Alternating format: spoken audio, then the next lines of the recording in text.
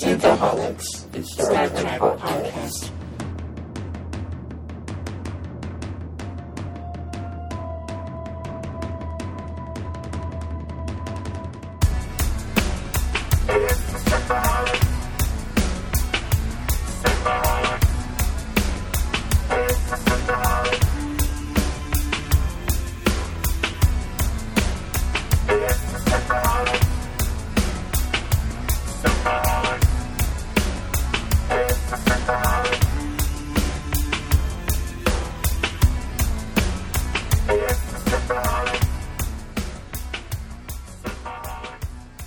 Welcome to Synthaholics, guys. This is your host, David Duncan, and with me is... Aaron O'Brien. And live from Star Trek Las Vegas, Joe DePinto.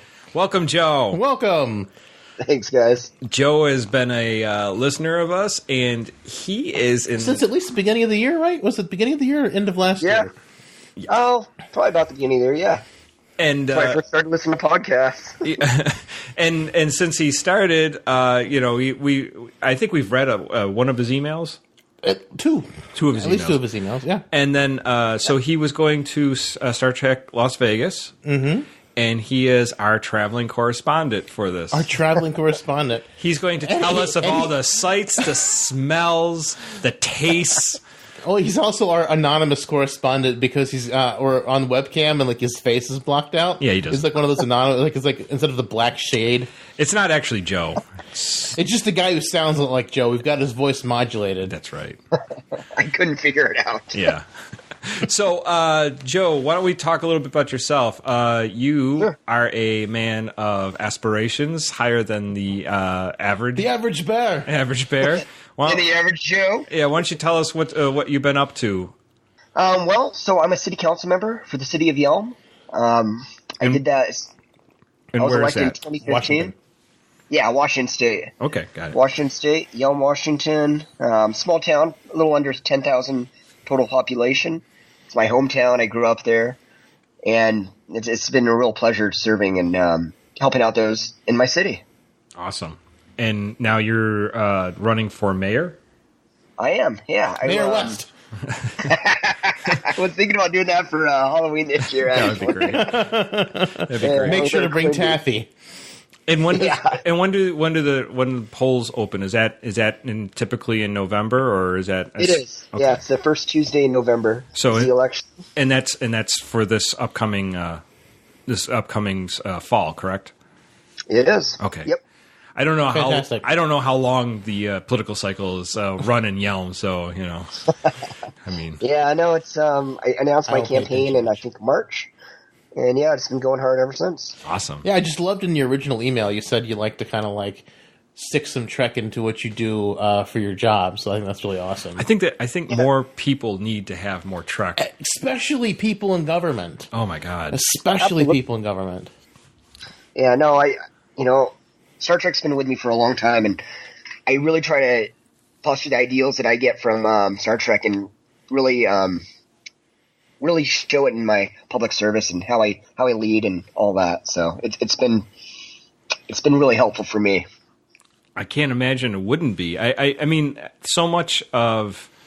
I mean, I don't really talk literally of like civic duties or just civics in Star Trek, but there's all these underlying, like themes about it. So you can't get away. The morality of it. Correct. The ethical morality, all that stuff. So absolutely. I just think that's really wonderful. You know, that we get somebody who's, I mean, is council member, but could be mayor. Vote Joe DePinto. Thank you. Very much. Honestly, that's as far as I want to go to. I just want to serve my time, give back to my community that I grew up in, and get out and make my own money, That's right. That's cool. Wonderful. That's wonderful. Very nice. And speaking of making your own money, I heard you've been doing some gambling in Vegas. How's that going? It's been good. So I was playing some poker. It was right after one of the panels got out. So there was like an exodus of Star Trek folks that came out, and they all sat down at the poker table. And I was like, I play a lot of poker, a decent amount. And a lot of those people. God, I hope you were playing with a Ferengi. No, but I was playing with a Captain Cisco. Oh, that's Oh, awesome. yes. Although, Yeah. although if he was really playing Cisco and being legit, he should say Las Vegas is racist and storm out. Yeah. and he, well, I'd hope that you'd have some Dabo girls around you. I wish I did, but I did not. You should have got the lady, the big thing head lady, and got her. Hey, come be my Dabo girl. Tell her that the finest whiskey was invented by an old Russian woman. Yes, that's awesome. So let's get into Star Trek Las Vegas. It's your first time. Yeah, It is. So let's talk. Let's see what stuck out. What's been awesome. What amazingness have you seen? Yeah. There's been so many amazing things. I honestly, being my first convention, I didn't know what to expect, what to go to or anything. And some like your podcast and some of the other podcasts I've listened to, Shore Leave, I think is the other one. Yeah. It really prepared me for it and helped me out. I don't know what I do without those, honestly. They gave me a lot of good pointers and all that. Did you get to meet the Shore Leave guys, Heather and Jeff? I think I met one. I think I met Heather.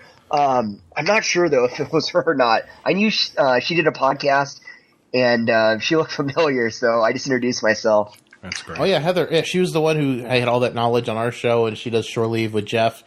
Jeff also, he was the Santa Gorn. Yeah. So if you saw Santa Gorn, that was Jeff. Saw him walking around. I did. Jeff is a great guy. Love Santa Gorn. Santa Gorn.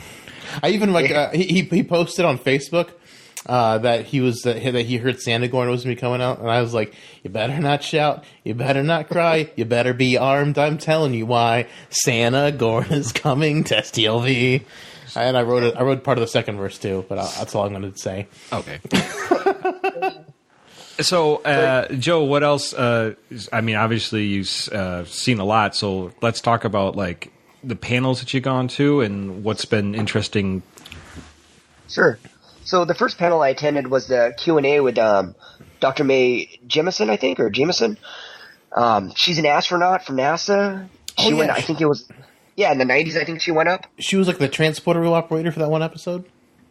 Yeah, exactly. And she went up and she was a science officer, actually, for her shuttle mission. It was really, really enlightening and just really a pleasure to listen to her. It was really, really inspiring, actually. That's awesome. That's awesome. Yeah. So that was my first panel that I went to, and it was a great panel to start it out with. After that, I kind of went to the area with all the marketplace or whatever that is, the vendor's room. Vendor's room, yeah. Yeah, and that was really cool. So I've never experienced any of this before, and when I got there, it just blew my mind. All the memorabilia, the people, the actors. That was the best part, honestly. Meeting the actors in person. So many of them are so humble and just good people. I met Vic Fontaine and had a good chat with him. Oh, that's awesome. I love Vic. That's awesome. That's great. I mean, he's one of my favorite characters from DS9, and it was just really awesome chatting with him. Wow. That's awesome. And were there how many actors? I mean, were there a ton of like those side actors that were on there? I mean, or is it just Yeah, I so saw someone took a picture with Moriarty on Facebook. Oh, that's cool. I saw him too. I told him he was a good actor. I loved him in TNG. That's great.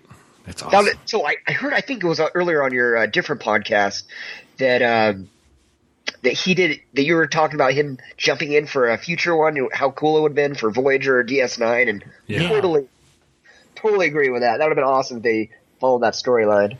Or, the last episode we talked about how the Hirogen, they gave the Hirogen the same prop that they stored Moriarty in. I just want to see Moriarty screw with the Hirogen.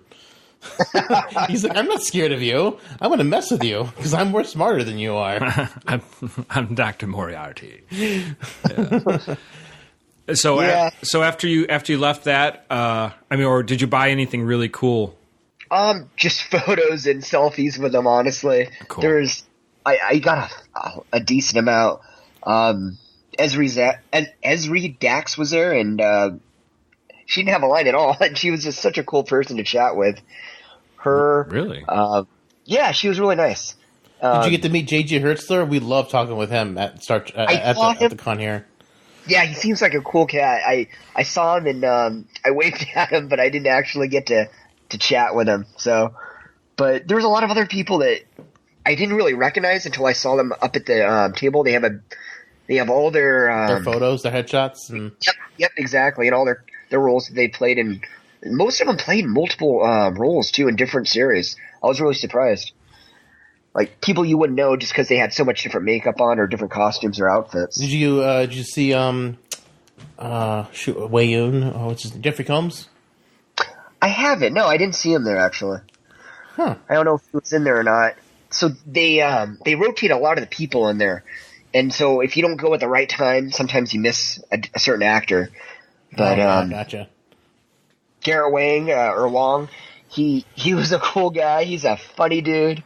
He does a lot of good impersonations. Great Janeway impersonation. Really? That's awesome. That'd be funny to see. Yeah, he was doing. Go ahead. No, go ahead. Oh, he was doing like a.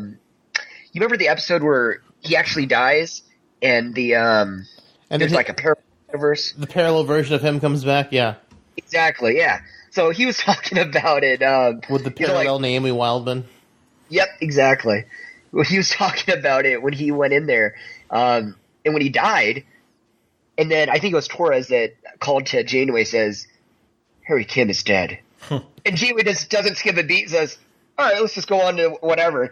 And Garrett was just like, "Why wasn't she caring more for me? Why didn't she care more about that I died?" And I was like, usually honestly, because the first words out of his mouth when she asks him for something is like "can't" or "it won't." Good point. Well, and he, but it's ensigns. They kind of just are cannon fodder most of the time. Yeah. I think if you make it past into junior lieutenant, then they start taking you seriously. All of a sudden, they're maybe maybe he'll stick around a little longer. 7 years, still an ensign. The worst character ever. Tom starts off at lieutenant. He goes from prisoner to lieutenant to lieutenant junior grade back to lieutenant, all in 7 years, and Harry Kim's still an ensign. Oh, he's got to be mugging Tom sometimes, It's man. What the heck? I do all this stuff where I die, I come back to life, and all these missions I do, and I'm still an ensign. What the heck? I know, it's pretty terrible. They treated him pretty rough on that show. He's sort of like the Chekhov of... I've read things that he jerked around a lot on the show. They were talking about kicking him out. Oh, really? After season 3, because at the end of season 3, he's he's got that STD from species 4572. He's got all that shit growing out of his face, and because that's the cliffhanger, the species 4572 thing, 8472. I'm sorry. So they were going to kill him off and keep Cass and keep 7 of 9, but Harry Wang won the Sexiest Man of the Year award somehow, and that's why they kept him on the show. Yeah, some random award. No, sexy man of the year is not just a random award. If you get one of those, it's usually things are looking pretty up for you. I think Patrick Stewart won that. Cool. He did. Yeah, they were talking about it actually at the con here. Yeah.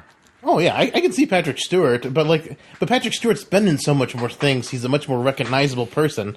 Where Garrett Wang, I don't know him from anything other than Star Trek. Wait a second. Go back in the '90s. No one knew Patrick Stewart other than Star Trek. He was literally Star Trek was what made made him famous. So yeah. So after that, I mean, did you get to what other panels did you get into? I saw the best one, honestly. Oh, I saw the Voyager one. That was really cool. Had Robert Picardo, Beltran. I know it's your favorite character, David. Chakotay. He shows up. He dares show his face at a Star Trek convention. He was balling it up too. I mean, he came out there all strutting, acting like he was the best Voyager character ever.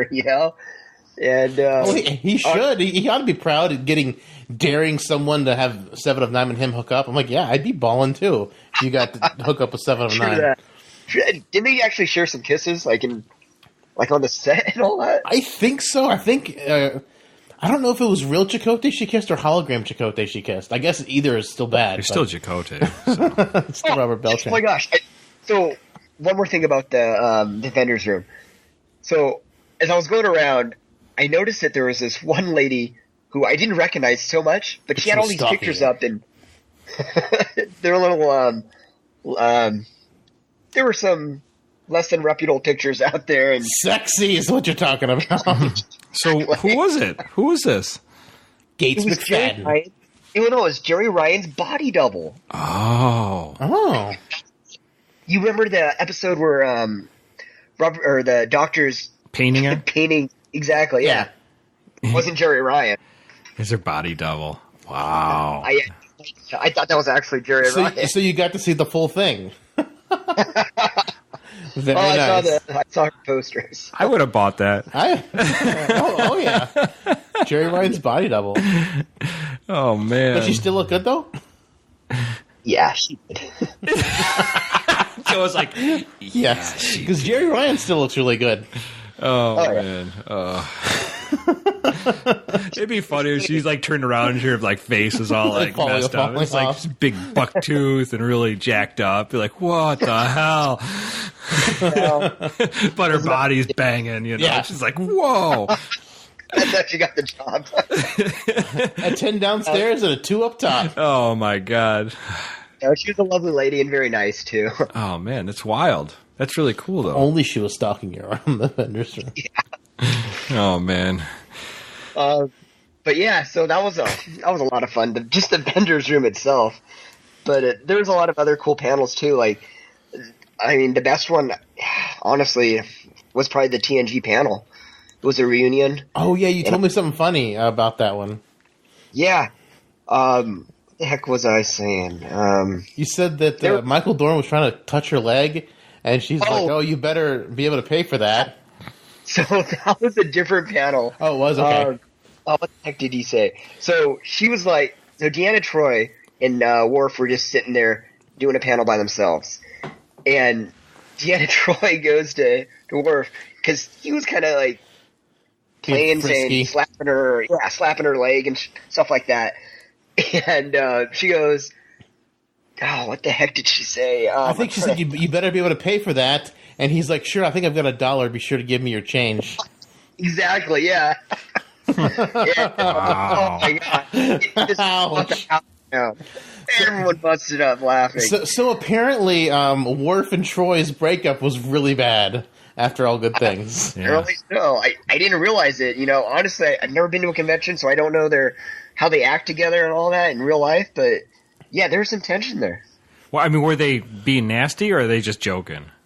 It honestly, like, just looking at their body language, it seemed like they were kind of uncomfortable with each other. Wow. And it was a little, it was interesting seeing the body language as being so adversive to each other. I hate that. Well, he was trying to get all up in that, and she sounds like she was the one who was not having fun. Yeah. Honestly, it sounded like she had a few drinks, first of all, but it seemed like she was more the instigator than he was. He was just trying to be cool and, be professional, all that. But she was a lot of fun. She was, she also kind of moderated the panel for TNG, the reunion, for everybody. Okay. And that was really cool. Oh, nice. Yeah, I heard Jonathan Frakes couldn't make it because he had a plane mess up. His plane flight got canceled. Crashed. No, not crashed. We need him to stay around and direct more Star Trek Discovery. Yeah. Fake news. But yeah, no, his flight was canceled, I think, because of the thunder and lightning that was happening over here. There was actually like a flash flood, which I've never seen it rain in Vegas. I was very surprised that I saw that. Oh, wow. That's crazy. Yeah. That's crazy. Yeah, we've been getting poured on. Massive rain over here, too. So in TNG, was there anything that was, or is it just cool to see them all together? Well, it was awesome seeing them together, but there's a few moments that I thought was just awesome. One of them was Picard when he was chatting. Most of the questions went to him, and so Patrick was just telling his stories, and he was talking about his first episode ever at Farpoint, and Geordi, and he was saying that he was so intimidated, and he was impressed by all the different actors out there, and he was just intimidated by all of them. And he was just walking around saying that he was trying to keep his composure and be as cool as he can and be as, Jean-Luc Picard, you know how he is. Right. And so he told the audience that LeVar Burton walked up to him and said, "Hey, you're as cool as cucumber soup." Oh, my God. That stuck with him. He's like, I don't know what that means. I'm English, so I don't know what that means. You're as cool as Kuna Kente getting whipped. Oh no! Oh man, man, a Roots joke. Jeez, LeVar Burton joke, but you know, you could have gone Reading Rainbow. Did he ever get beaten reading Rainbow? I don't know. No, he never got beat reading Rainbow. Beat with books. Butterfly in the sky, I can fly twice as high. Because I'm smoking weed. No, oh my God, here we go. Sorry. All right, so I don't worry. Reading reefers. This is what happens. I can take you out, but I've been drinking before I started the show. I know tonight. you pregame it all the time. I do. It just gets What crazy. are you working on? I had a sex on the beach Oh Jesus! because I bought orange juice and I wanted to make this drink with orange juice in it. So I had that and Jess made something for me earlier. And now we're having a James T. Kirk. Yes, Okay, with nice. with 6.5 shots in it. it's. I'm halfway through it. I'm halfway through it too. What were you saying, Joe? I had I saw that on the menu last night, but I got a Rock de Gino. Oh, Rock de Ginos are good. They taste like dessert. Oh, I know they were delicious, It's but I dessert can in only a have a cup. couple. They're so sweet. But dude, I totally didn't. I feel like a total idiot. I told the bartender. He goes, "Yeah, what kind of drink is this?" I told him, "Oh, it's a Bajoran drink." Oh my god! It's a drink. How did I know that? Oh, they drink Holy it shit. a lot on the Bajoran space station for some reason. I mean, that's what the connection was for me, and I just thought it was a Bajoran drink.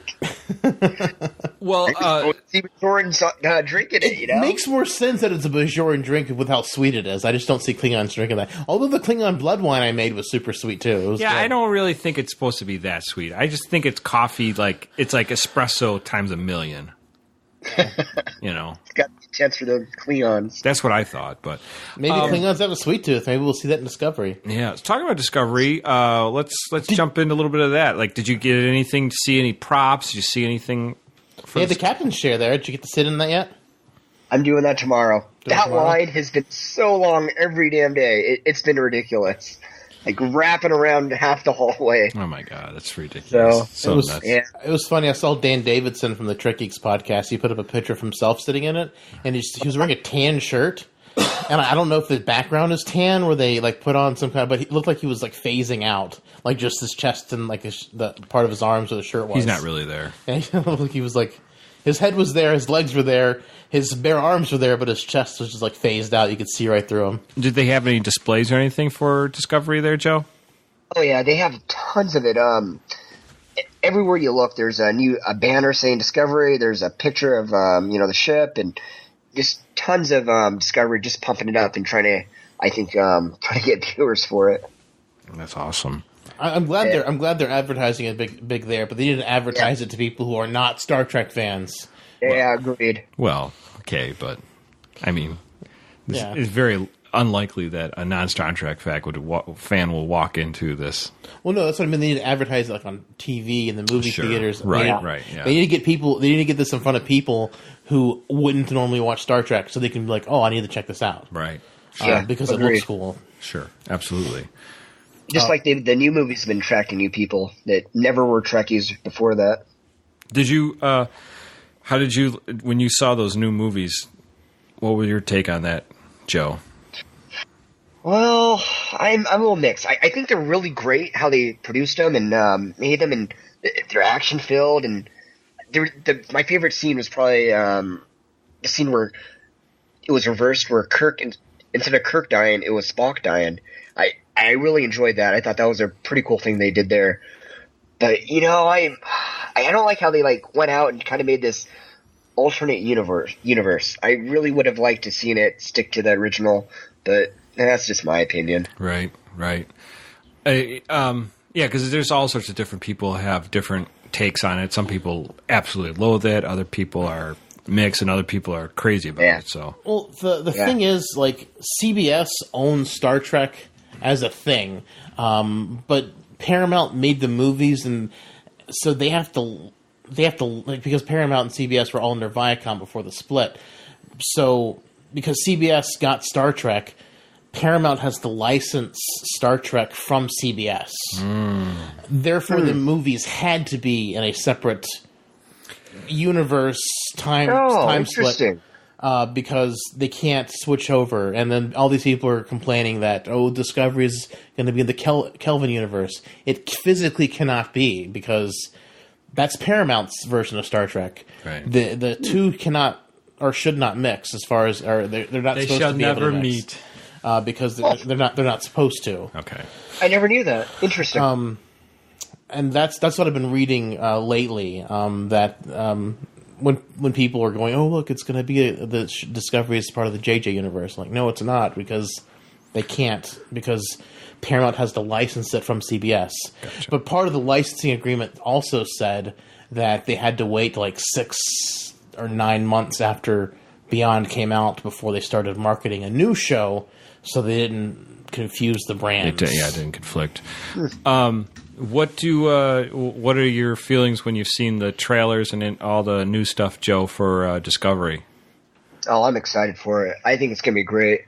The production value, I mean, it's just nuts. It's like, I think it looks as good as the movies, honestly. Yeah, and for a series like that on TV, or I guess pay-per-view type, but I think it's awesome, and I'm gonna pay for it. Regrettably, but I'm gonna pay for it. Yeah, I mean, like, I'm after seeing how high the production value is on the show, I'm happy to pay for it now. Because if it wasn't, if they weren't triple dipping the way they were, I don't think they'd be able to make the show look the way it does. But did you watch Walking Dead at all? Yeah, I'm a fan of Walking Dead. So you've seen Martin Sequoia Green? Yeah, Sequoia Martin Green. Great actress. Yeah, and that last what was it, the last episode where she died? She dies. I mean, she's got I ton haven't watched Walking Dead since season 3. I know, you hate it. But, sorry for the spoilers. Oh no, I know she died. I don't care. I kind of gave up on the show. The comic books are amazing, but the show just dragged for me. Yeah, I like the show. It's something me and my wife can bond about. But I was always kind of like in between. If she was really good at first, and then she just kept on getting better and better, her character. So, but I think it was just her part with how it was written. So she had to kind of like dig into it. Probably because she got introduced in season 3 with the other guys, Tyrese that came into the thing, and Miss Tyrese. Her part was so small in the first season. I didn't even remember that she was in it. Oh, she was really quick. She didn't do anything in the season 3, really. And she was just kind of with Tyrese. And I thought her and Tyrese together, but they weren't. So I was kind of confused at first. Oh, yeah. I thought they were together, too. And that's all the little bit I saw of it. So, but they weren't. No. So anything else we want to talk about? Anything else, Joe, that you want to bring out about Star Trek Las Vegas that you had seen? Well, 2 other things from that panel from the TNG one. News to me, maybe not to you, but Patrick Stewart, his favorite episode during the whole series, Inner Light. Not, I guess it's not too surprising, being that his son was in it and everything. So it must have been a little special for him. Right. Oh yeah. Get to yell at him on set. What are you doing, son? That's not how you act. Slaps him. It must have been pressure for his kid. he got to do it in Blunt Talk too. Yeah. The same son. The same son. He also mentioned that. Yeah. Same guy. Same his real son. But it was sad that Blunt Talk kind of ended, and he was kind of sad about that too. He mentioned it for a minute. I love season 1. I haven't seen the rest of it yet. Very entertaining. Yeah, I'm still in season 1, but very entertaining. I liked it. I like Patrick Stewart. So it's not too hard to like it. The only other thing it was kind of interesting. The actress that played Tasha Yar, Denise Crosby, she was talking about her character, and one of the questions was, which character did you like better, Tasha Yar or Sela? Sela. And she did not like playing Sela. Very much, she liked playing Tasha Yar, but not so much Sela. Really? Because I feel like she kind of begged to come back, and so. But what are you going to do? Yeah. But Sela probably has a little more work. You got to get in costume. It's not like you just jump in a uniform and Well, you have to put on a couch whenever you're. Put a couch with spikes, Yeah, and you if get you're that ovulating. goofy wig, and she get her ridges and her ears and stuff like that. I don't think she had ridges. She didn't have ridges. Maybe if she did, it ears. was very, very little. So Yeah. I think she was lucky and got away with it because she was half. yeah, half Romulan, Yeah. half human. But part of it was that she liked she said it was more her, more, as a person. It was more, she was more Tasha Yar than she was Sela. Well, yeah, because Tasha, is like goody two shoes, like Federation, and then you've got Sela, who's like conniving and evil. But I mean, I did like college theater. I've always wanted to play bad guys. I just think that'd be more fun. Bad guys are more interesting. I mean, good guys, you always kind of know where they're coming from, but Yeah. bad guys are like, You get to. I just feel like you got to. I never got to really play bad. I got to play a drunk once, which is so surprising. Man. Given the show that and then I'm you have on. a show, Synthaholics. And it's your idea. It was a Henrik Ibsen play. It's super depressing. It was awesome. All right. I think everyone was the bad guy in that show, technically, except for the main character. So I guess I kind of was the bad guy, but You dumb kids. Get off my lawn. That was your line. Well, let's jump into our episode. If we don't have anything else to talk about for Star Trek Las Vegas. yeah. We are talking about, with Joe's request, the Next Generation episode Cause and Effect. Charles in Effect. Jaws. Yeah. This is Season 5, Episode 18, and it first aired March 23rd, 1992. Many, many moons ago. 92. Wow. You want to talk about that. All right. I was playing my metal die-cast Enterprise from my Cheerio box. I just got out of high school. Anyways. So, it starts off, the episode, the Enterprise is in bed, having a bad moment. Its nacelles blown up. Everyone's screaming. People are screaming on the And bridge. five couples are having sex at this very moment. That's right. You don't hear about that till later. I but think yeah. they stopped in a second. They're No, like, it's like, wow, we're getting some rocket oh yeah, action they're here. like, We're getting some zero G. if the nacelles are rocking, don't come a knocking. So they hang a nacelle on the outside of their door when they're doing it. Yeah. They are kind of dong shaped. Oh man, there you go. How many drinks? Anyways, so casualty reports coming in. Not enough. Commander Riker says everyone should head to the escape pods, and LaForge is trying to shut down the warp engines, and Eject the core. they're trying to eject the core. That's what the Slovers are trying to do.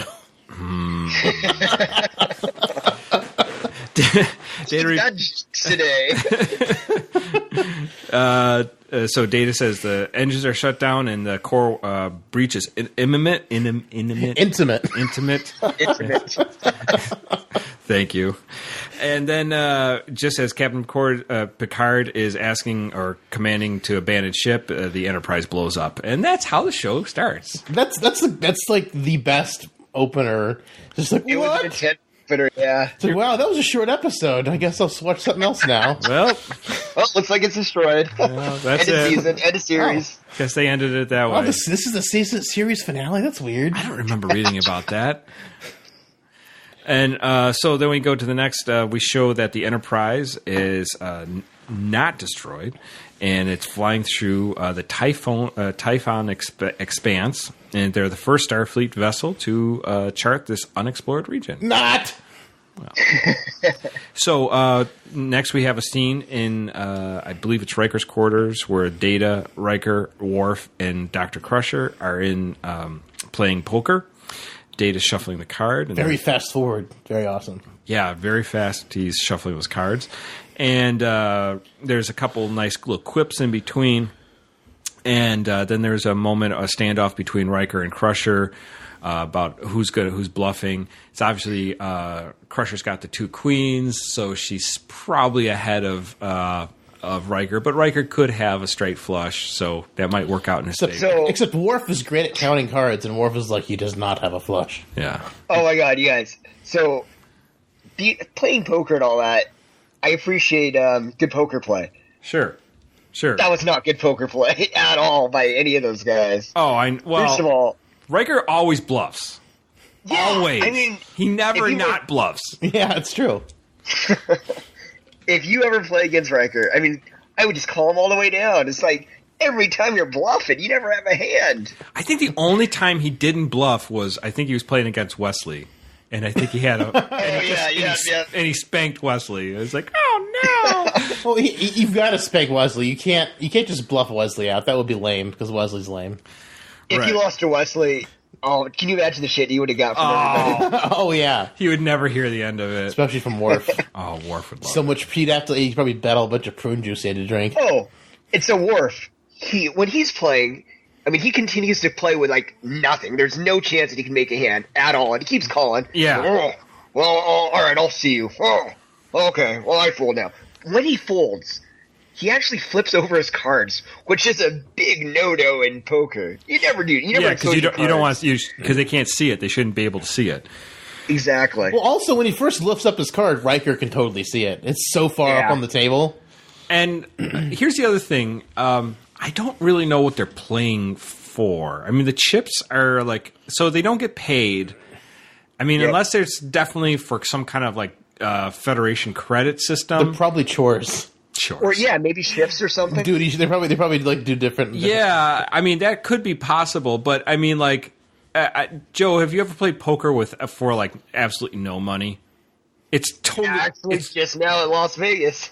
No. I mean, like when you play with no money, everything's meaningless. You can just keep on bluffing. You can do the stupidest things. But you're out when your chips are gone, even if you're. Yeah, I guess. But I mean, if there's no incentive, then it really loses a lot of like momentum. Yeah. I don't know. That's for sure. No, you're right.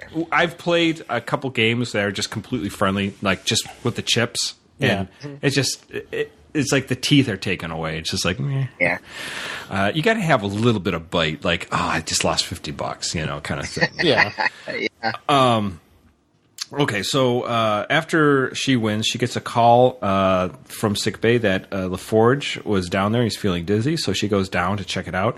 It says that it looks like inner ear infection, and so she gives him some hypo spray to make him feel better. But she has this feeling that she's performed this examination before. But LaForge says, I don't think I've ever came in for this before. I don't think I've done this before. I love how her sixth sense is clumsiness. Well, she definitely says she's like feels like she has some deja vu, but she's just like, oh well, whatever. So and she was, I think she was the first one to actually recognize that. Yeah, this is definitely I feel like she was recognizing it in the card game too, because whenever she's kind of pausing after she got the second queen, and that's when it's kicking like, in. Like she's like, Data's really, like, you've got control of the bet. Yeah, you got the two queens. You should be. Yeah. So next, she's getting ready for bed. She's doing a little pruning before bed. Pruning. She's like all of a sudden, this episode, she's a botanist for no reason.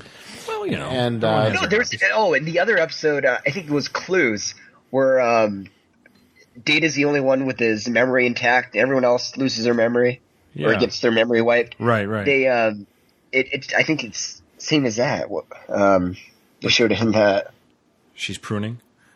Yeah, she said she's like a amateur botanist or something like that. Oh, it's been a while since I've seen Clues. That's one of my other favorite episodes. But her the glass she's drinking out of is more shallow than my shot glasses. Dave, I don't know how you drink. Your shot glasses are shy of a bucket, so. Yeah, but that glass is like, it's the weirdest flute I've ever seen. There's like 99% like stem and like almost nowhere to drink out of. It might be a really powerful drink. You don't know that. This is space. We don't. She's just drinking straight opium extract. It could be. It could be psychedelic for all you know. But talking about psychedelics, next when she turns off the light, gets in bed, she starts hearing voices. And promptly breaks that small glass. She breaks the glass to turn on the light. Next morning, they get together for a briefing, and they're basically talking about the charting of the Typhon expanse, if I can say it right.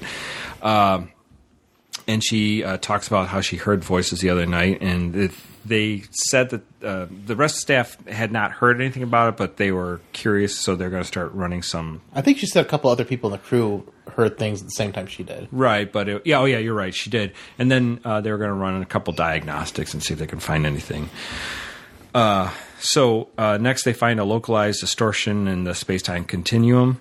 Picard asks Ensign Rowe to back it off a little bit, like just back up. Back off the D, Ensign Rowe. Put it in the R. And so she says you can't. The thrusters won't respond. And next, the distortion starts fluctuating, and the power levels start to drop. And Counselor Troy says, "You got to get out of here." Troy's like, I'm not expecting anything good from this. This is going to suck really bad in any second. Again, her power's, back to common sense. I really wish her power was a little more than common sense. I know. So, very true. I know, right?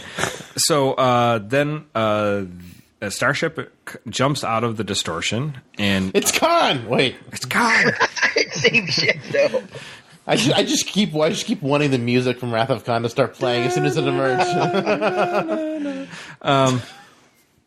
So Data, so the ship's going to collide with them in like 36 seconds. Riker's like, "Hey, let's open up the cargo. I mean the shuttle bay we've never ever used before to blow. And we'll never ever use again, just to blow them out of the so the force the pressure of the pressure will knock them out of the way. But then Data says, "Oh, if we use our tractor beam, we could probably push them out of the way." Fortunately, I don't get. Why didn't they just do both? Yeah. Why not both? I figured they would have tried both at least at some point. Or maybe it's like, oh, let's use all of our tractor beams instead of just one. Separate the saucer section. Separate the saucer. Sacrifice the saucer. What I want to know is, okay, before the ship loses power, the helm goes dead. Why doesn't the helm go dead after they lose power? And B, how does the tractor beam still work after they've lost all these other systems? Reasons, Dave. Reasons. That's a good point, though. I'm just like, wait, like opening a door should be the easiest thing they could do at the moment. Yeah. Like I feel like the tractor beam should have failed because all their power is turned off. The only thing to do is open the door because there's a backup generator for the door. Mm-hmm. So a backup generator for the whole ship. Maybe they were on emergency power. Had just enough for the tractor beam. Just enough, but no shields. The core eject is offline for whatever reason. Like power up the tractor beam. But somehow the tractor beam's got all the secondary power diverted to it. Well, unfortunately, the tractor beam does not work, and nacelle gets grazed slightly, and the whole thing blows up. And the ship explodes with Captain Picard screaming, "All hands abandon ship!" All hands abandon ship. So, and that ends, and we go to commercial break, and then we go to the next one where they demonstrate exceptional poker skills, according to Joe.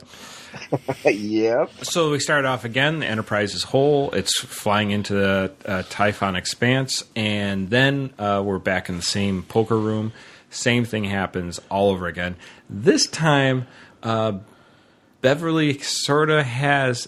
she shows how good she is at counting cards, and she predicts the 6 cards that come out. Yeah, she says she's feeling deja vu, and she's having the strong outcome of the game. So, yeah. And she also... But she dismisses it, though. She dismisses it real fast, and Riker's like, "Oh, you were going to call my bluff, weren't you?" Right. I think it went from there. Yeah. And then she calls sickbay. And then, of course, hey, is Geordi there? Yeah, LaForge is down there feeling dizzy again. And she talks again, the same idea. Has an odd feeling that she's diagnosed him with this issue before. And he's like, "Oh, yeah, I think maybe you might have." And she looks through the log, but there's nothing. So she starts doing, basically looking at the pain in the visor that he might be having, but, they're not quite sure where that's all coming from. Isn't that where she gives him the ocular scan, or is it the next? That's the next time around. Yeah. So later, Crusher's in her quarters again, and she hears the whispers, and she calls Captain Picard, and she tells and breaks the glass again. And when he goes to see Picard, they kind of sit there on the couch and cuddle and gives him a head rub. He gives her warm milk with nutmeg. Nutmeg. Which I think she gave Riker that. No. Did she give it Riker? She gave warm milk. I don't know if she gave him with nutmeg and all good things, but she did give him warm milk. Yeah. So that one time. So, but she didn't like. She said it was from her like grandmother, but that's from her Picard's aunt Adele. Yeah, Picard's like, I keep trying to figure out the recipe. It's never quite right. I hope it doesn't taste like shit. I'm sorry. This tastes like shit. Way too much nutmeg in this. Like it's on her teeth. The nutmeg's fine. It's the shit that I don't think you should really remove. No, she just stirred in the shit with the nutmeg. Oh man.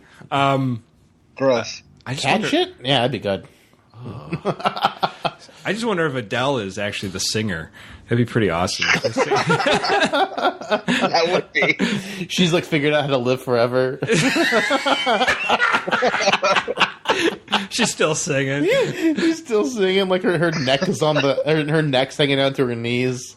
Oh, she's like a turkey. What, like the a human turkey, like the Goblin King from the first Hobbit movie? Yes. But everything from the neck down is a 10. Oh, that's awesome. That's right. And she's a body double for 7 of 9 later on. But when she turns around, there's like wolf howling. It's like if she moves her neck, her body looks great underneath that neck flap. Well, I guess that How milk. many drinks, David? Not enough. Not enough. There's not enough drinks. I had a couple poolside myself. All right. Well, Awesome.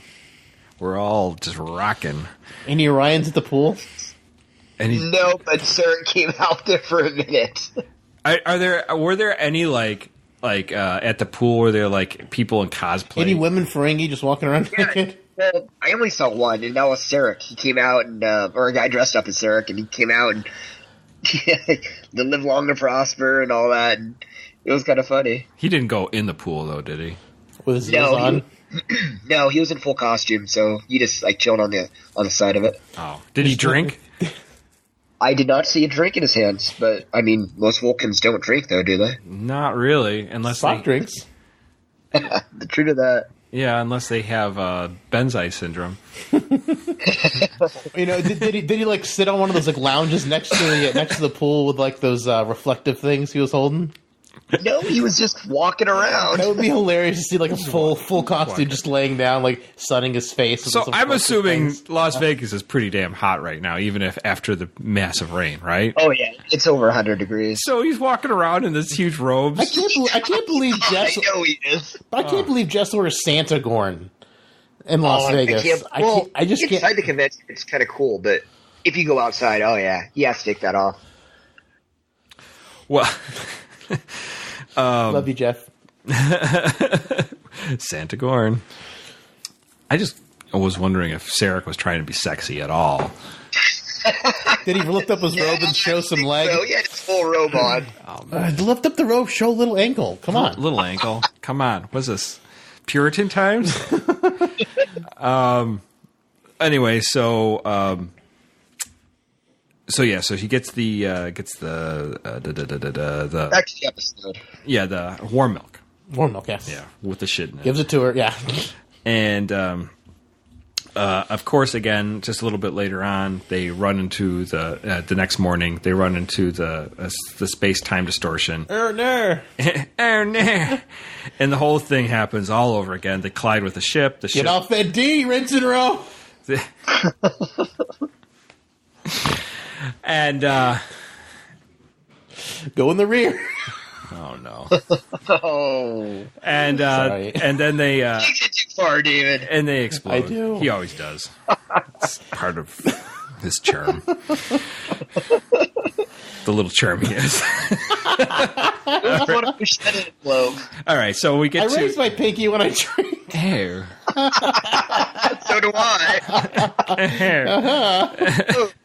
So we get to the next iteration. The Enterprise again is flying into the Typhon Expanse unharmed. We're going obviously back again. Rewind. Back at the poker game.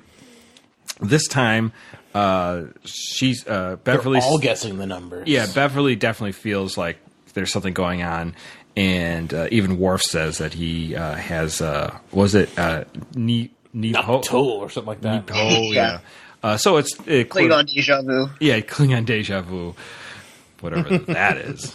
And so they start counting the cards. Yeah, they all start doing what it. they are. So, and Ogawa calls Beverly again because Beverly doesn't precog this one. But I love like the weird way she exits. She's like freaking out, like she turns around. She's like, what's going on? And then I just love that expression she's got, like in the body language of utter confusion as she leaves. Right. So again, we're with LaForge, and he is getting the visor receptors, making him feel dizzy, and he's seeing a phase shift with projected images that didn't exist, and apparently this is found in the surrounding Dekion field in his visor. So his visor is really nifty. I mean, how many episodes?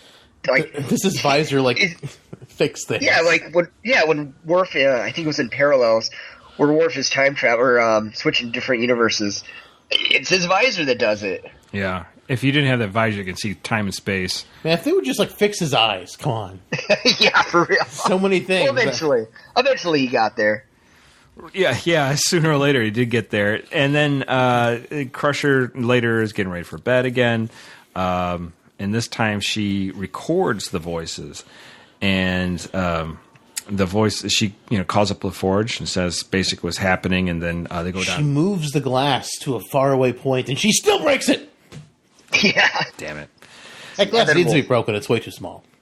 So they start listening to the recordings, and they discover there's 1,000 voices, and next we get a senior staff real early morning. It's got to be like 5 a.m. because I think they were meeting at $500. Yeah, they were meeting at like 700 hours or 700 hours, but now they got to be like 5 o'clock in the morning, so they're like really tired. Yeah, I'm sorry I called you out here earlier.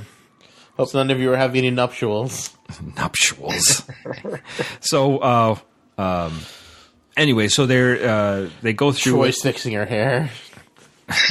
They're going through it, and basically they talk about obviously they play back the 3 important things that there's impact.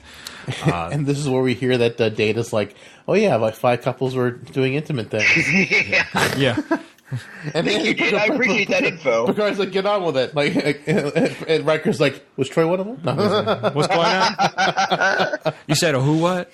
So next, LaForge says that he believes that they've been caught in a temporal causality loop, and they've been repeating the same events, and they have no knowledge how many times so they could have been 6 times, it could have been 100 times they've gone through this loop, so they just have no clue. Could have been worse, like the other shit out there. Man, they've probably gone through that like thousands and thousands of times. I know, it's ridiculous. But how did they not recognize it? How did they not start to understand it? They're just not Enterprise Probably quality. because they're not blowing up. Yeah. Oh, no. Don't they blow up? Nope. Or maybe I the don't think Enterprise so. destroys them after it. I feel like with that impact, it would damage them pretty severely. But I want to talk about this at the end. Let's get on with the recap. Well, anyway, so they're stuck in the causality loop, and they have to try to start figuring out how they're going to do, kind of like Break out of it. Yeah, and the idea is like Worf says maybe we should just turn back, and then Picard says, well, we can't because like Riker says that maybe that's what causes it, so we don't. Riker always says that. If something happens, I feel like You always say that, Riker. I want to take a chance. Let's turn around.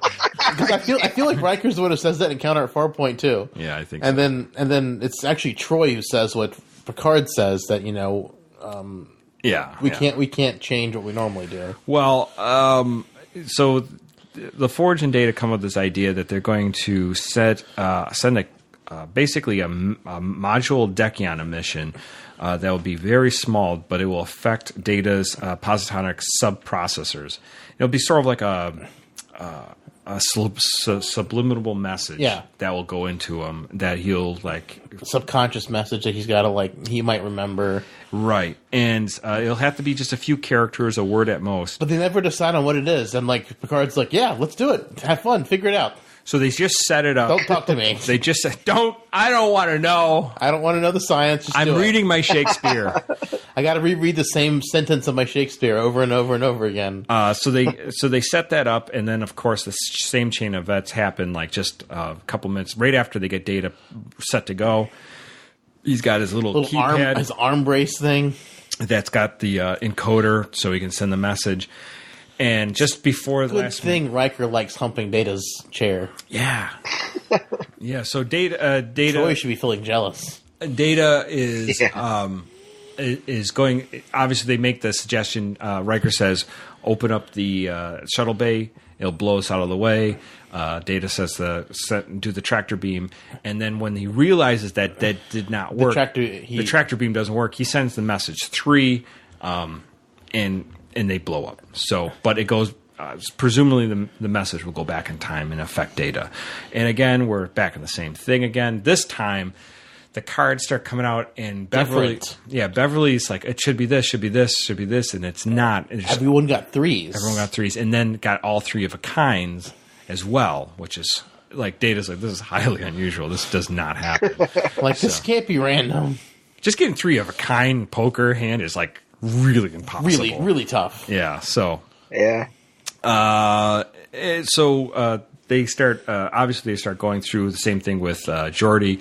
They find the Dekion field issues that are going on. That he's picking up those after images, and then from there they do. She's in her room and she picks up. But everyone's in engineering. Yes, right. And then you hear her break the glass through. Are you okay? Are you okay? That sounds way bigger than the actual glass you were holding was. I know. She's like, I just ran out my window. I dropped my mirror, and then I replicated 3 other glasses and broke them too. I just like throwing glasses. And my glass table. She did a lot.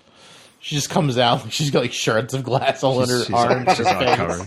What the hell happened? I'm gonna to need you? some medical attention here. She's like, no, I'm fine. Let's figure out the Dekions. She passes out. And even Data starts running some kind of scan on the ship and everything, and starts coming up with all these 3s. So all the way across. 3, 3, 3, 3. He's like, across this the is board. really this should not be happening. So, anyways, we're back to where they run into the ship again. The ship comes through the distortion, and obviously the choices be made to blow the shuttle craft bay or use the tractor beam. And at the last minute, Data looks over and sees the 3 pips. 3 pips on Riker's collar, and then he's like, that's the choice I should make.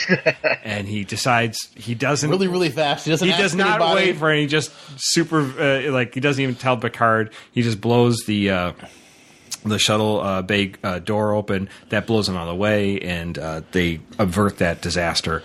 And at the last, we get the Bozeman, which is the ship. Yes, I love the name of the ship, the Bozeman. Boozehound. The Bozeman. Yeah, Bozeman. And it's Kelsey Grammer. It's a Soyuz class, named after the Russians' satellite. Yeah. Right, exactly. So... And it's like Kelsey I said, Grammer comes out with a great Russian accent. yes, he goes, No, hey, doesn't. I hear the blues are calling, sauce salad and scrambled eggs. Oh, my. And like, Maybe I seem a bit confused, but baby, I got you pegged. he is very confused. But I don't know what to do without the salad and Scrambled eggs. Aaron, you must karaoke quite a bit. Not really. I like to do. I like to do it, but nobody ever wants to go. I'll go with you. All right, let's go. Let's go. We'll I'll just. sing very badly, but I will sing wonderfully, and we'll have a great time. it'll be a duet. You gotta put that on the podcast. Synthaholics karaoke night. Man, that'd be hilarious. Well, video cat. We'll do get someone to Facebook Live it for us. Yeah. And then there's this quick thing that Picard's like, do you know how long you've been doing this? And he's like, no, I just left like 3 weeks ago. Well, at the starbase, it's fine. It's like All your loved you might ones have wanna been check dead. your sensors again. Khan might have killed some of them. it's been 80 years. More. I don't know. Crazy. And then they're all like, "Oh my god, my family, my kids, all gone. I kind of felt like Picard's smirk on the end of his face at the very end of it. I was like, that's kind of a shitty That's smirk. sadistic. It's like, Yeah. we need to talk. But I also love how Geordi's like, "Oh, Data, you must have remembered the thing that we did last loop." And I'm like, Geordi, how did you all of a sudden remember this? You didn't know this like the entire rest of this loop. Right. How do you just say this? Oh, he was holding on to that information. Yeah, he was, He's like, yeah, maybe Data will figure it out. I can't let him know. I wrote a note. that I know. I wrote a note and put it under my pillow, and I saw it later. So, Joe, you are a guest. You picked this episode. Let's break this down. What was seeing this episode again, getting back into it? What are the reasons you like it? What are the thoughts that you have about this episode? Well, one, it was one of the most interesting intros that I've ever seen. Like, it's pretty intense when the Enterprise blows up first thing. Right. The other things I liked was the poker playing, and they did it continuously, so that was kind of cool. Right. Being Ties able into to Las always Vegas. appreciate that. Yeah, exactly. What a fitting time for Star Trek Las Vegas. Mm-hmm. Good podcast for that. Sure. And yeah, it was just cool seeing the Enterprise going through this loop and figuring it out. I really enjoyed it. Yeah, it's a great episode for that. Dave? It's so much fun. Like you sent me a message that, oh, this is Groundhog's Day, and when you got over here, you were saying that Groundhog's Day actually came out after. Yeah, it was a this year episode. after. And I'm this. like, that's so cool. I figured I wouldn't have pegged that. I just think that's really awesome. Because I was thinking, like, this is a lot like Groundhog Day, but like encapsulated in an episode, like a one episode. Yeah. And I looked it up. It's like, so this came out in '92. Groundhog's Day came out in '93. So, but I looked up Groundhog's Day, and there's no credit to this whatsoever. Not that I could find. So Some writers definitely saw that and was like, yeah, we're going to take that. we're stealing that. We're gonna make this a comedy. Which I love Groundhog's Day too. It's a really good movie. Bill Murray. How can you hate on him? Yeah. Yeah. Phil Collard. For not wanting to do more Ghostbusters movies, but Yeah. for Anything else about this? It's great seeing Kelsey Grammer come out and at the end and seeing the turtlenecks of the Monster Maroons, You need the turtleneck. which is something you never see in Next Gen. Yeah, Every time you see a Monster Maroon in Next Gen, except this episode, I believe they're doing it without the turtlenecks. Well, It looks without so the bad. turtlenecks is obviously yesterday's Enterprise and Tapestry with Tapestry, Picard. yep. I don't know if there's other ones that are showing the Well, those past, are the only ones I can think of off the top of my head. but I just hate it without the turtleneck. It just, Oh, the one where Wesley's dad gives that message. oh yes, yeah. You see him you see the Monster Maroon without the turtleneck on that one. right. The hollow image and all that. Yeah, the hologram that he gets to go talk to and look at.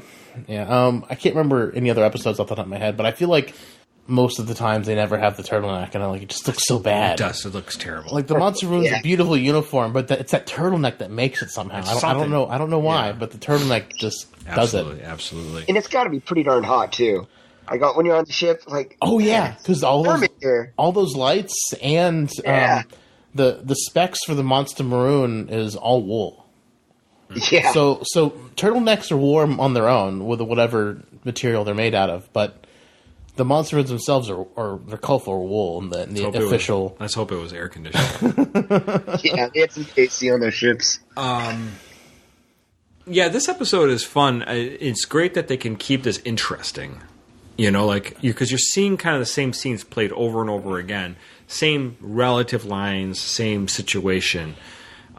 Which that's difficult to do if you really think about it. I mean, and they do different angles. It was shot beautifully. Yeah, they shot different angles, make it look like there's one scene in the conference room where they're like shot from above and stuff like that. So I mean, there's they try to switch it up, so it keeps visually interesting. Because they didn't want it to look like a clip show where they just play the same scenes over and over again. And I guess they wanted to do a time travel show, but they didn't want to get into time travel.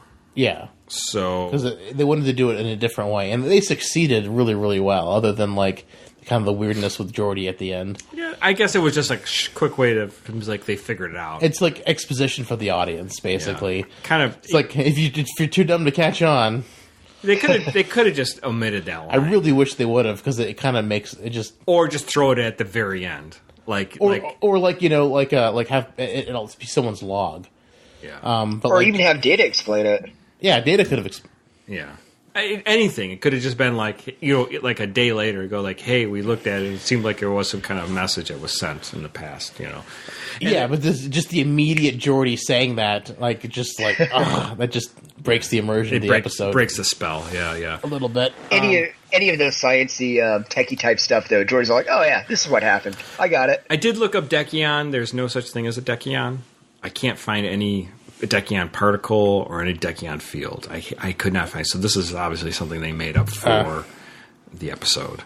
Well, I mean, if you think about it, we're barely able to prove tachyons. True. So a Dekion would be like the next level. Yeah, I guess. tachyons are just theorized, right? They've never actually said this is a tachyon. They're theorized mathematically that they would make sense that they exist. I think so, because theoretically they move faster than the speed of light, but we haven't been able to find one. As far as I'm aware, because I read up on it when we did that episode where they talked about the Voyager episode where they're the planet tachyon. Right. Yeah. Because I'm like, how does a planet have a tachyon core? I feel like tachyons wouldn't be massive enough to make a planet spin like that. Yeah, that was kind of weird. So Dekions don't exist as far as I could find. If anybody wants to correct me, please do. And the idea of déjà vu is an interesting thing too. Have you ever had déjà vu? I think so. You think so? I don't remember. Joe, I feel have you like had I it? have, but it's been a long time. Oh yeah, I've definitely had it multiple times, and it's kind of like the Matrix. Have you ever seen the Matrix where the cat walks by like twice? Yeah. Yeah. Uh-oh. But yeah, definitely like that. And who knows? Maybe it is like the Matrix. I only have only clear deja vu I have is deja vu in dreams. Where I'll dream something that's so close to reality, but it's not really real, and then I'll wake up and then I'll look for it, but then I don't find it. But it's it's on my mind, so it's I feel like it's happening, but it didn't. Yeah, I've had dreams that are very close to reality, but there's something a little off. But deja vu, for me, because I used to have it a lot when I was younger, but as I got older, it kind of petered out a little bit. I mean, I still get it here and there, but not too often. I always get this sense of dread every time I have it. I feel like, something bad's going to happen. Something bad's going to happen. And that's not good. No, it is. Well, but I mean, I feel like deja vu would do that to you. If you're. Well, I mean, if you're in a situation, you're having a conversation or you're doing something, all of a sudden it's everything you remember doing all this before. And there's all these different theories of it. Obviously, there's some people who think that's it's a precognition to something. Other people think that, maybe you've dreamt it and that that dream is coming true right now. Mm-hmm. Some people believe, though, scientists who've trying to study it, it's got to be a really difficult to study. The multiverse thing, you're tapping into another... There is an idea that maybe you're getting a little bit of a hint of the multiverse, something you're getting tuned into that different frequency that the multiverse... Because, I mean, the room... Oh, that'd be nuts. Yeah, this room we're sitting in right now, if there is a multiverse, if that is a thing that's actually happening, then there's us doing the same thing. There's different versions of us. I made less sex jokes. You are not the funny one, and I am the funny one. A little baby sliders action. So so I mean, there's all sorts of things like that. So I don't know. So there's that, and then there's also people believe that deja vu you could be having. I think it's a temporal lobe is having kind of a malfunction. And you're catching something's coming. Your temporal memories are hitting it, but it's also sending it to saying, "Oh, this is a long-term memory. This happened a long time ago." So you're short-circuiting your brain. Your brain's going "Oh, this happened a long time ago. This happened to us before, but it didn't really. It's just your brain's way of processing it." All of a sudden. Something that's sort of akin to deja vu that I'm becoming really interested in is the Mandela effect. Are you familiar with the Mandela effect? Mandela effect is freaked out. I'm not familiar with that. What is it?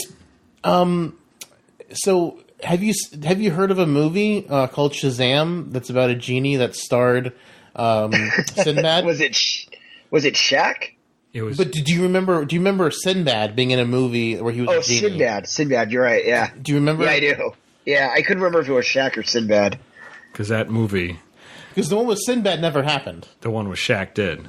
And the Shaq one was called Kazam, not Shazam. Yeah, you're right. But you remember, but you do, but you sort of remember Shazam with Sinbad. Like I thought it was an actual movie. It's not. That's an example of the Mandela effect. So basically, the Mandela effect. Also, Berenstain Bears. How do you spell Berenstain Bears? Oh, I don't know, man. Bernstien. It's Stain. Yeah. It's weird. It's like weird little things that, like, you could have sworn it was spelled like Stein, like Stein, but it's like Stain. It's so weird. And there's all sorts of little things. And it's named after someone Mandela who Nelson Mandela. Nelson. Somebody. Yeah, I couldn't remember his first name, but like everyone remembers him like being beaten and killed in prison when that wasn't the case. And there's all sorts. I can't think of them all off the top of my head, but it's super interesting. And it's like there's the people think that Mandela effect is part of the multiverse, and that somehow if you remember like the Berenstain Bears being spelled like German instead of like Stain, or if you remember Shazam with Sinbad instead of Kazam with Shaquille O'Neal, it's because they existed for us at some point in our past, but somehow through some weird causality we've like switched to a different multiverse, and so we're remembering things wrong because. Not because we remember them wrong, but because they're different in this version of the multiverse. Interesting. It's a really fascinating thing, and it's just like... But the thing that makes it fascinating is that so many people remember different things differently, and it's just interesting to think about. It's like, sure, memory's not perfect, but for so many people to remember things a certain way and then never have existed is amazing. And it's interesting to look at. Yeah, I just pulled up some things. So obviously the Nelson Mandela dying in prison back in the 80s, which obviously didn't die because he became president later on. Oscar Mayer isn't spelled the way you think it is. It's people remember spelled with an E, but it's actually spelled with an A. So Mayer instead of Meye, because you say Oscar Mayer, not Mayer. The other one is Sex in the City. It's Sex and the City. It's not Sex in the City. So there's like all these things that we've like. We Are the Champions, how it ends. People always think at the very end of the Queen song, We Are the Champions, he goes, of the world, but he doesn't sing that. Really? But then the thing, some actress who says, you love me, you really love me. And the actual quote is, you love me right now, you really love me. And I'm like, that doesn't sound right at all. Right. So anyways, the reason I brought it up because it's similar to Déjà Vu.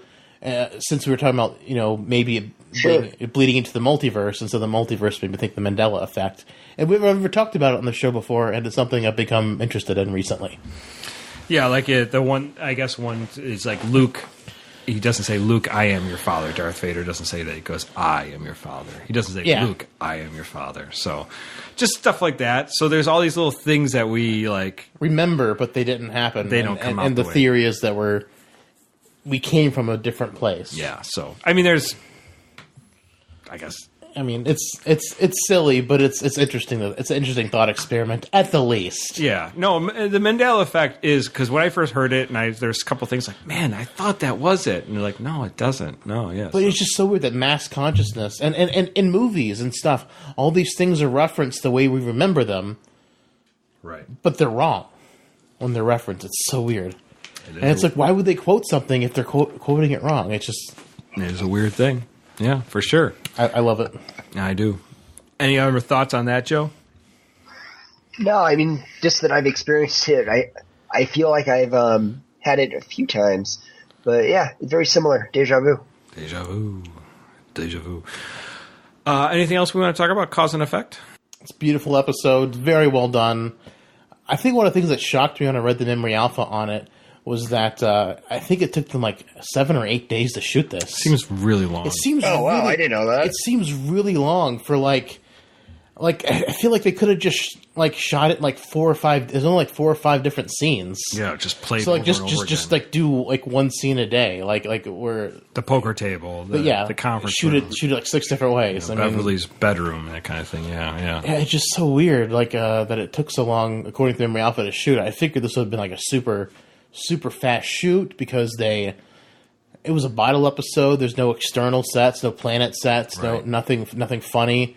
I mean, sure, the special effects might take a while to put together, but I mean, Right. this is a shooting schedule that took over a week, and I'm like, how? Yeah.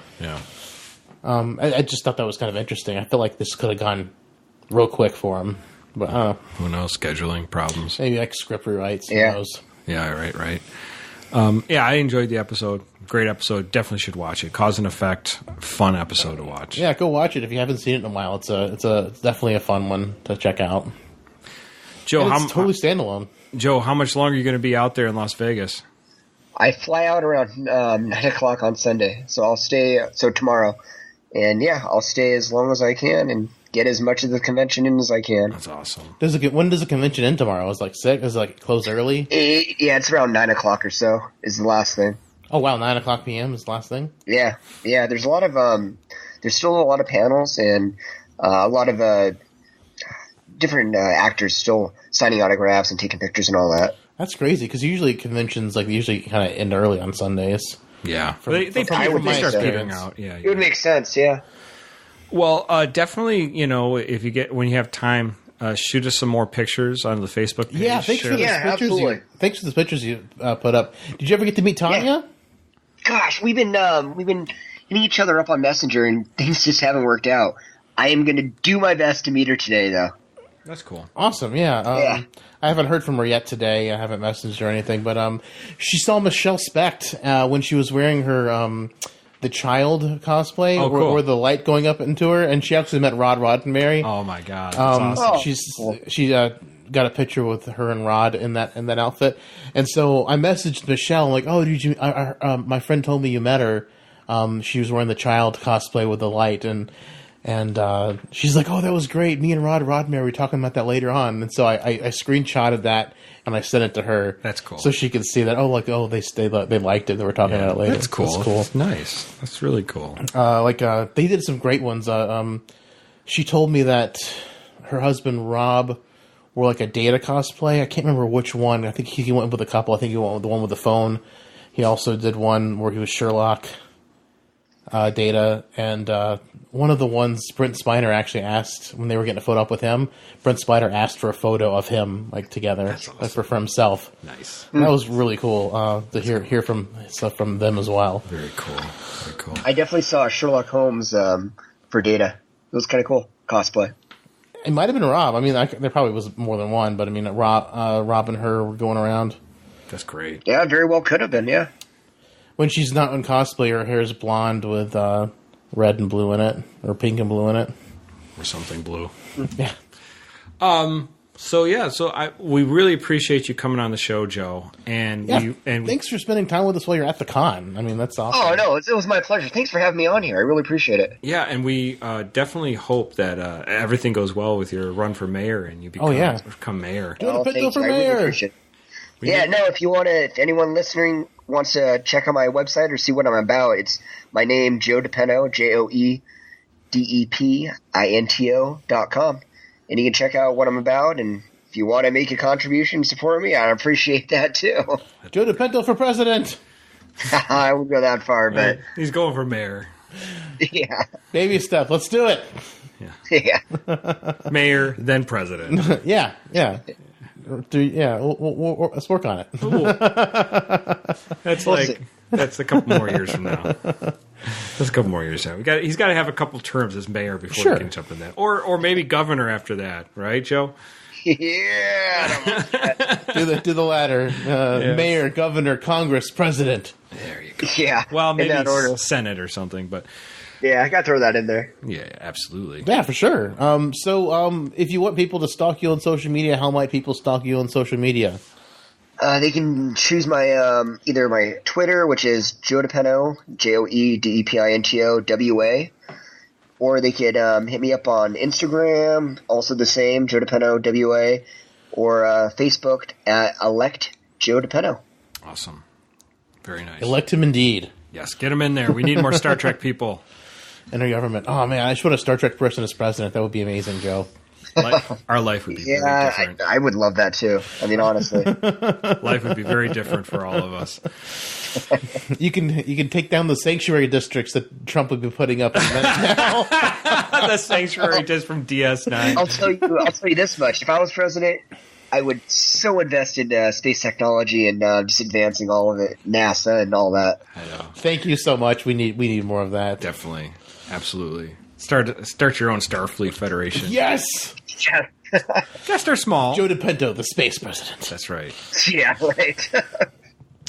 But I'd love it to see a president just put mass amount of money in NASA and just really pump up our space program. Well, the thing is, the problem with our space program has always been is like, oh, the only reason we went to the moon and the only reason we put a satellite in the sky was because we were at war with Russia. We didn't do it to be original or to be progressive, and we just did it because we got to do it because Russia did it, and then there was the race to the moon, and then it all kind of fizzled out, and all this stuff did good for us. I mean, we got Tang out of it. We got Tang.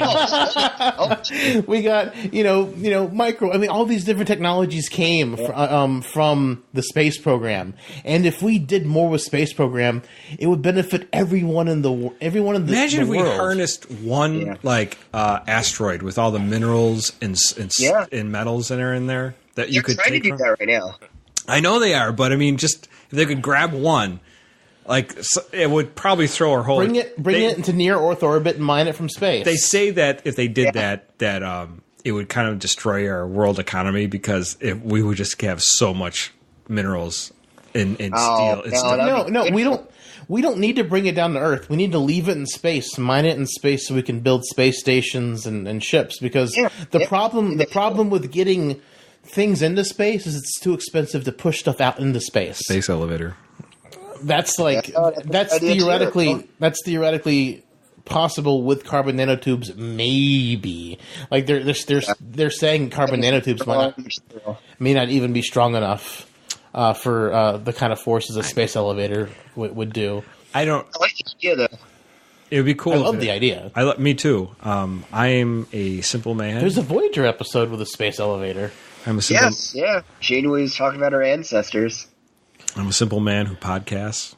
I don't really know much about these things. I'm a simple man. I like simple things. Simple things. That's right. I like to podcast. I like my alcoholic beverages cold. I like my women hot. And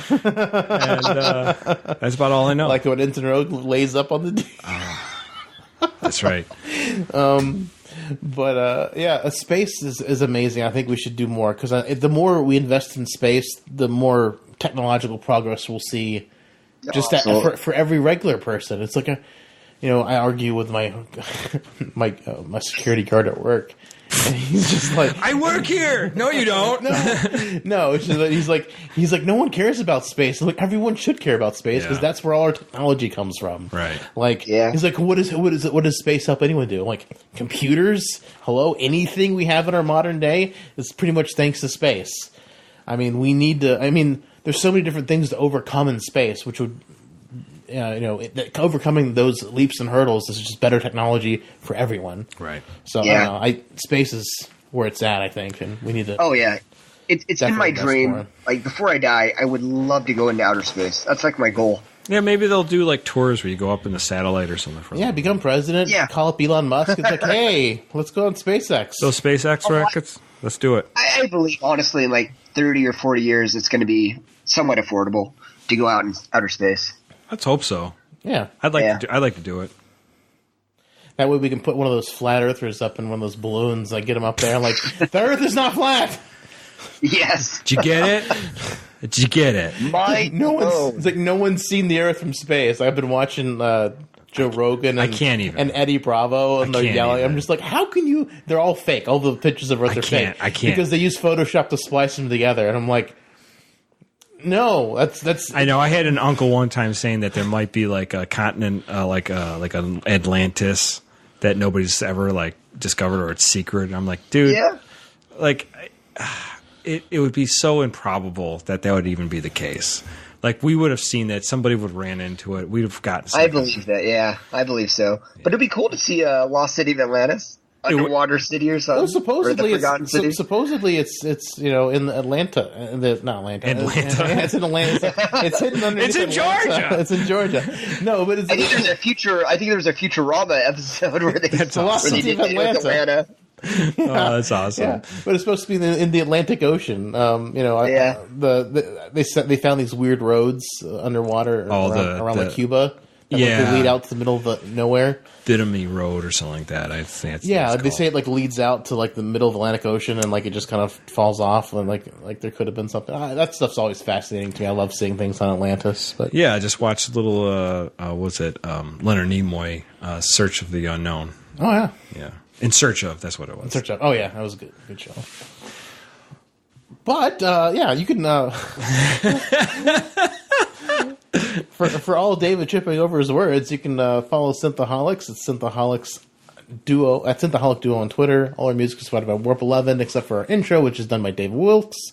I am David_J_Duncan on Twitter. I'm Blackbird 2004. Guy is GS Davis Art. And again, since I messed it up earlier, the show is at Synthaholic Duo. Yes, that's where we are. And hey, if you can, we'd greatly appreciate it if you could run over on our website at synthaholics.com and hit our Patreon button. And there, if you want to throw us $1, maybe more if you can afford it, help fund the show, keep things going for us. We greatly appreciate any contributions that you give us. If you can't, we totally understand. One great way to support the show is to get onto iTunes and rate and review us, preferably 5 stars, preferably nice things are said about us. And that helps the show get more visible throughout the different algorithms of how they rank shows, so we can actually be seen when you do a search for Star Trek podcast. And thank God for Podcast Addict, which is how Joe found us. Yes, absolutely. Yeah, totally random. It was just meant to be. Destiny. That's awesome. I can't believe that shot up that fast. We're Destiny's children.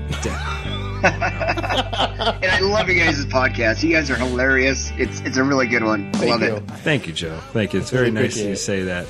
And then last, if you do know somebody who's interested in podcasts, who's interested in Star Trek, sci-fi, anything that might be just silly, drunken babble, debauchery, backing up on the D, or on the R. Or on the R.